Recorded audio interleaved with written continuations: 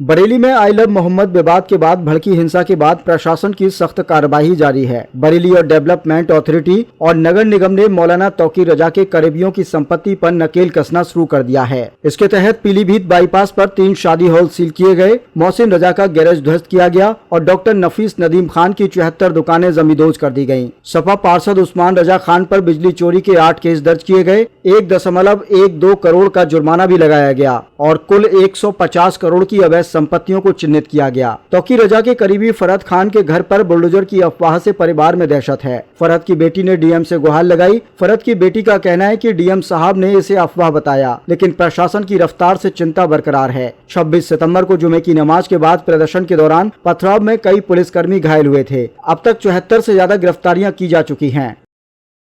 आदाब, नमस्कार, सत श्री अकाल। आप देखना शुरू कर चुके हैं जनमाध्यम।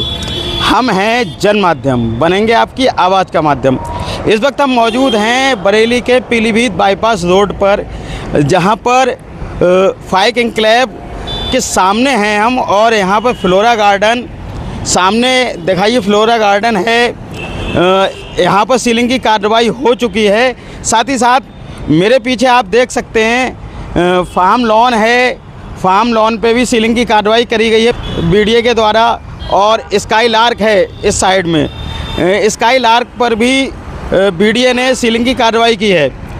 जिस तरह से शुक्रवार को बरेली में बवाल हुआ, उस बवाल को लेकर लगातार प्रशासन कार्रवाई में जुटा हुआ है, ताबड़तोड़ कार्रवाई जारी है। अब हम पहुंच चुके हैं फाइक एन्क्लेव में फरहत खान के घर, जहां पर प्रशासन द्वारा बताया गया और लोगों में चर्चाएं हैं कि यहां पर तौकीर रजा खान ने शरण ली थी। लेकिन क्या है पूरा मामला, ये तो परिवार से मिलकर ही पता लग पाएगा। ये वही मकान है जहां पर बताया जा रहा है कि यहां पर तौकीर रजा खान ने शरण ली थी। अब शरण थी या कुछ और, ये तो पूरा मामला परिवार बताएगा। हम परिवार के लोगों से बात करेंगे। मैं अपने सहयोगी से कहना चाहूँगा, फरहत खान के वालिद साहब यहाँ एक आंखों में आस लिए बैठे हुए हैं, उन्हें दिखाएं। ये बैठे हुए हैं, एक बूढ़ा बाप अपने बेटे के आने की आस में यहाँ बैठा हुआ है, और इनका साफ तौर पे कहना है कि मेरा बेटा बेगुनाह है, बेकसूर है।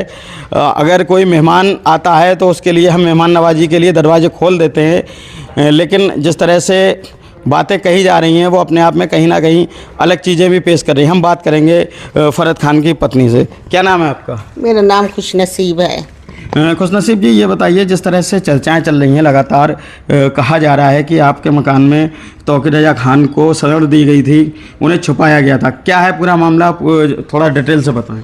ऐसा कुछ भी नहीं है। वो तो हमारे घर कभी कदार आ जाते थे चाय पीने के लिए। हमारी शादी वगैरह बच्चों की भी वो आए हैं, ऐसी बात नहीं है। अब हम दरगाह आला हज़रत को हम मानते भी हैं, हम इसलिए वो हमारे घर आए, उन्होंने आवाज़ लगाई, हमने दरवाज़ा खोला तो उनको हमने अंदर ले लिया। फिर उनकी कुछ तबीयत भी सही नहीं थी, बोले मैं आराम करना चाहता हूँ, तो उन्होंने हमारे मकान में आराम करा। अच्छा, आपका जो है पहले से पारिवारिक मामला रहा है, ये पहली बार नहीं था जो तौकीर रजा आपके यहाँ आए? नहीं, हमारे घर में 2-4 बार आ चुके हैं, कभी कतार आ जाते हैं, जैसे शादी उदी वगैरह में या कोई न्याज वगैरह में आ जाते हैं। अच्छा, जिस तरह से प्रशासन ने आपके पति और आपके बेटे को अरेस्ट किया है, तो जो आरोप लगाए हैं उन आरोप पर क्या कहना चाहेंगी? तो वो कुछ इस नज़र से थोड़ी, वो तो तौकीर रजा जब चले गए हैं मौलाना यहाँ से, तो दूसरे दिन को अरेस्ट करा उनको, उनके साथ में नहीं करा है। जब वो यहाँ थे तो दूसरे दिन को, जिस दिन ये गया लाठी चार्ज हो रही जुम्मे वाले दिन, तो वो पहले ही जा चुके थे और हमें इन चीज़ों का पता भी नहीं था। जब हम लोग सो के उठे हैं तो यहाँ बात बिगड़ चुकी थी, पुलिस आ चुकी थी यहाँ पे। फिर उनको हाथ को हाथ पुलिस लेके चली गई। मेरे बच्चे, मेरे शौहर तो घर भी नहीं थे। फिर दूसरे दिन को मेरे बच्चे घर सो रहे थे, मेरे शौहर सो रहे थे, सोते से उठा के पुलिस लेके गई है उनको हफ्ते वाले दिन। अच्छा, आपकी बेटी भी डीएम साहब के यहाँ गई थी, जिस तरीके से बातें सामने आ रही हैं कि इस मकान पे बुलडोजर चल सकता है, अवैध रूप से बना हुआ है, उसको लेकर क्या कहेंगे? आपकी बेटी जो डीएम साहब से गुहार लगाने गई थी, तो डीएम साहब ने क्या आश्वासन दिया है? उन्होंने कहा ये अफवाह है, कोई ऐसी बात नहीं है, आप परेशान मत हो। वो घबराई भी थी कि कहीं हमारे बाप की पूरी ज़िंदगी की ये मेहनत है लगी हुई, हाथ पैरों से कमाया है, कहीं ऐसा ना हो ये घर टूट जाए, हम बेघर हो जाए, हम कहाँ सड़कों पे जाएंगे, हमारा कोई ठिकाना नहीं है।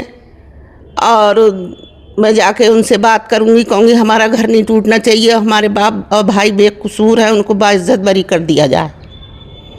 अच्छा, तो जिस तरह से लगातार बातें चल रही हैं, लगातार लोग कह रहे हैं कि यहाँ बुलडोजर चल सकता है, डीएम साहब ने परिवार को आश्वासन दिया है कि अफवाहें हैं, अभी तक ऐसी कोई कार्रवाई अमल में लाने का प्लान नहीं है। परिवार ने साफ तौर पर कहा कि वो लोग बेकसूर हैं, ये कसूरवार हैं या बेकसूर हैं ये तो इन्वेस्टिगेशन में पता लगेगा, लेकिन जिस तरह से लगातार ताबड़तोड़ कार्रवाई हो रही है उससे कहीं ना कहीं ये जाहिर होता है कि प्रशासन पूरी तरह से सख्ती के मूड में है, नरमी बरतने के मूड में नहीं है। तो लगातार ताज़ा अपडेट के लिए बने रहिए जनमाध्यम के साथ।